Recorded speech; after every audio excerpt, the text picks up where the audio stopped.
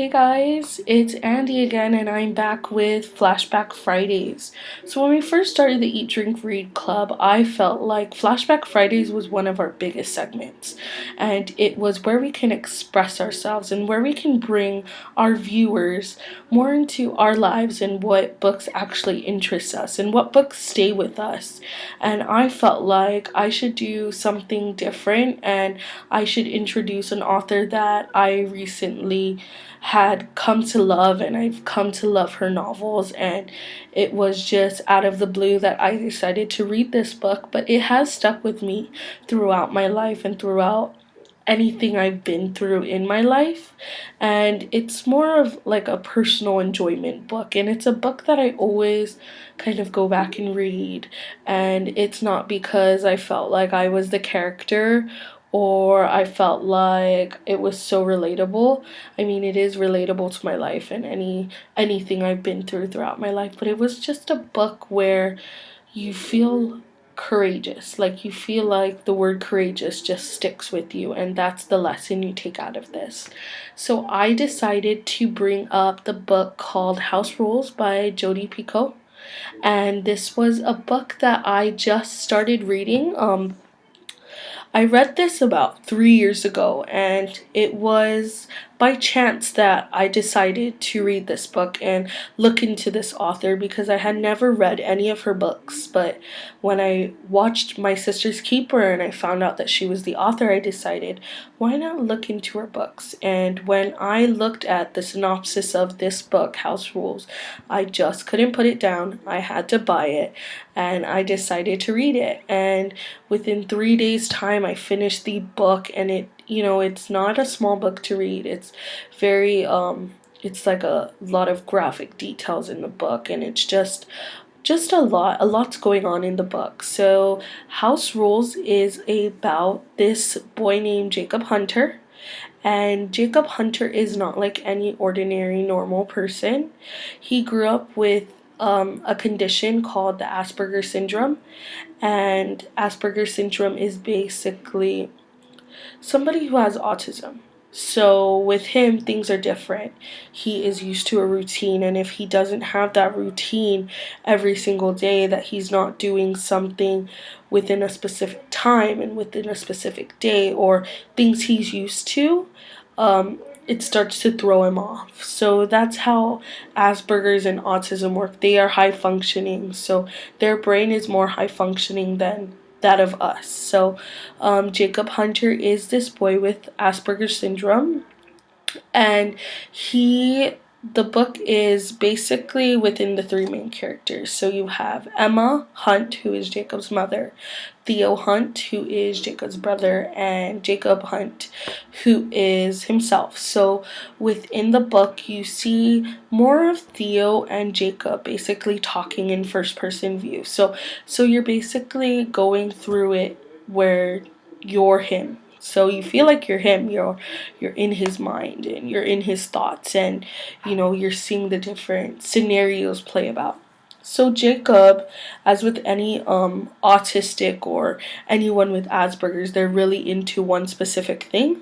So you can either be into computers, you can be into science, you can be into airplanes. But Jacob was different. He was really into forensics. So he was into, what he would do is his mom would come home from work, and he'll lay out like a little crime scene, and he'll have his mom solve the crime scene. So he was really into reenactment of different crime scenes and solving crimes. So the reason behind the title House Rules is basically what it is, house rules. So Emma decides, because she only has two sons and it's just her and her two boys, she decides to give them house rules. So among many of the house rules, her first house rule is clean up all your messes. Her second one is tell the truth. Her third one is brush your teeth twice a day. Her fourth one is don't be late for school. And her fifth one is take care of your brother. He's the only one you've got.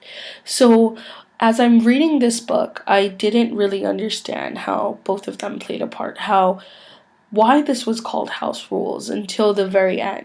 So as the story goes on, it talks about how much Jacob loves his forensics and how he really pays attention to detail. So what happens in their quiet neighborhood where no crime takes place, all of a sudden, Jacob's tutor and neighbor Jess was found dead in her house. So the cops come, and because a lot of people know that Jacob's different, and because that was his tutor, and because they're the next door neighbors, they decide to look more into Jacob and his life because they felt like Jacob had committed a murder. They weren't sure how Jess had died. They weren't sure if there was premeditation, if it was a suicide, if it was anything out of the ordinary, or an accident had occurred by Jess herself. But because of how rare it was that a crime would happen in that small town, they decided to kind of pinpoint each other in the community, and a lot of people looked at Jacob because he was different, and because they find that forensics is his thing and reenacting crime scenes is his thing, so they assumed that he was enacting a crime scene, and he had taken part in this. So as the story goes on, Jacob talks about his life, and he talks about how no matter what, even though he annoys his brother, he loves his brother and he would do anything for his brother. And things play out where Theo talks about how Jacob is and how hard it is to kind of grow up with somebody with special needs, and how life isn't just all about Jacob, it's about Theo too. And as the stories go on, you kind of get a sense and you feel like you're in the mind of Theo and Jacob more than anybody in the book.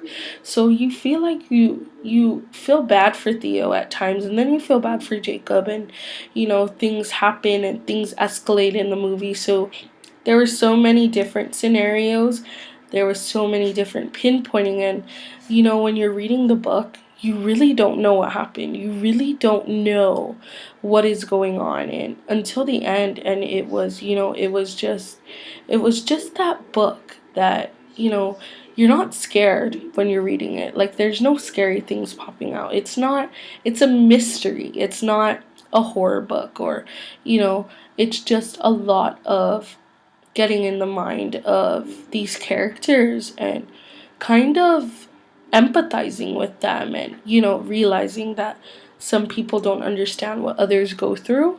So when I was reading the book, I was constantly trying to solve what happened to Jess. Maybe it was an accident, maybe she did this on her own, you know so what happens is a lot of the evidence is pointed to Jess's boyfriend. So what was happening were they were finding little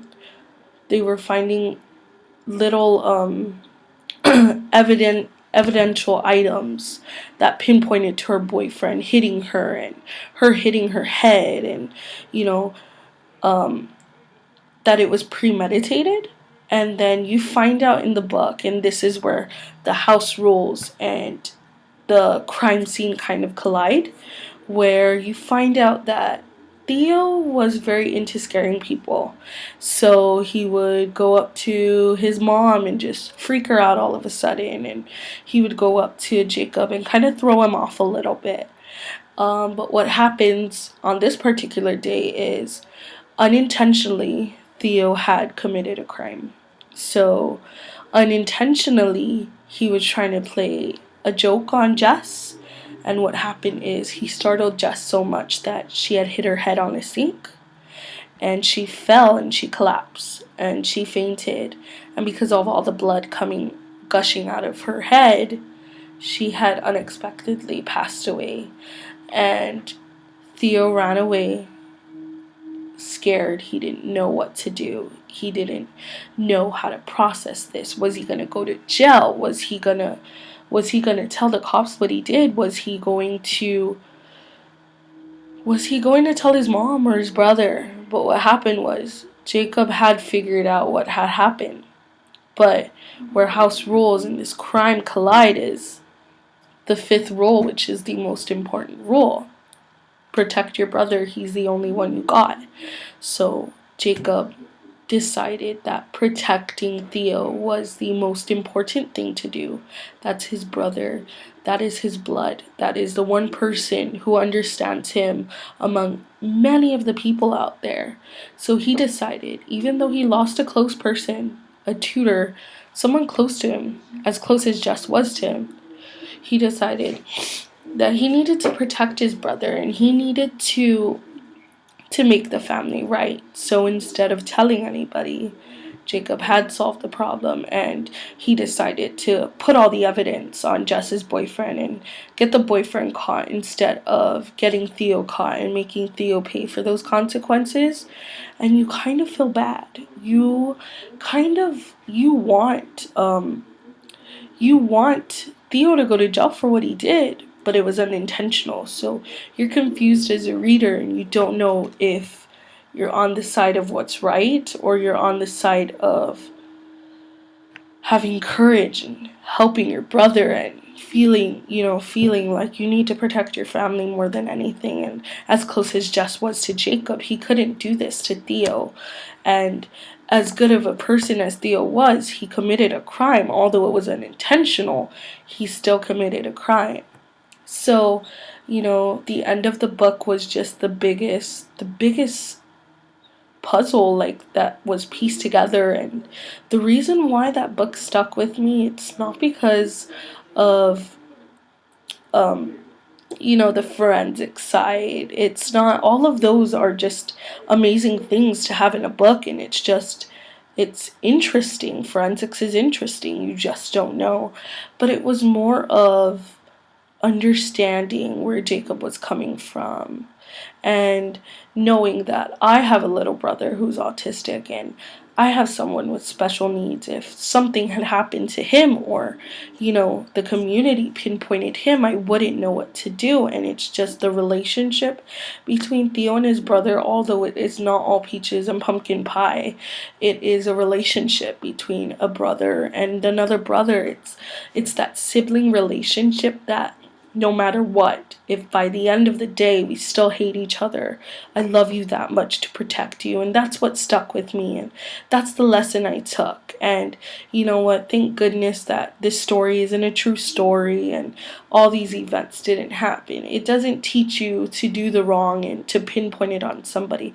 That's not at all what this story teaches you. It teaches you the strength of a relationship between siblings. And you know what, even at the end of the day, if we fight and we bicker, we still love each other and we will protect each other to the bitter end. So that was the biggest thing that stuck with me. And I felt like I needed to share this book, and it wasn't a book that I would pick right away, but it just drew me in, and I'm very glad I read this story. It was a good book. It was a good read. And at the end of the day, like different lessons are taken out of different books, but that was the biggest lesson taken out for me, and it's the relationship between siblings, and it's that no matter what, they're always going to be there for you. And that's all we want, is that bond, that brotherhood, that friendship. And at the end of the day, family's all you got. And you know what, that's what stuck with me throughout the many lessons that the book had. It had many, you can take it from different points. That is the one thing that stuck with me. And so if you guys have read this book, tell me what you think. Like our posts and go ahead and comment down below and give us any suggestions that you think we should read as our Flashback Friday.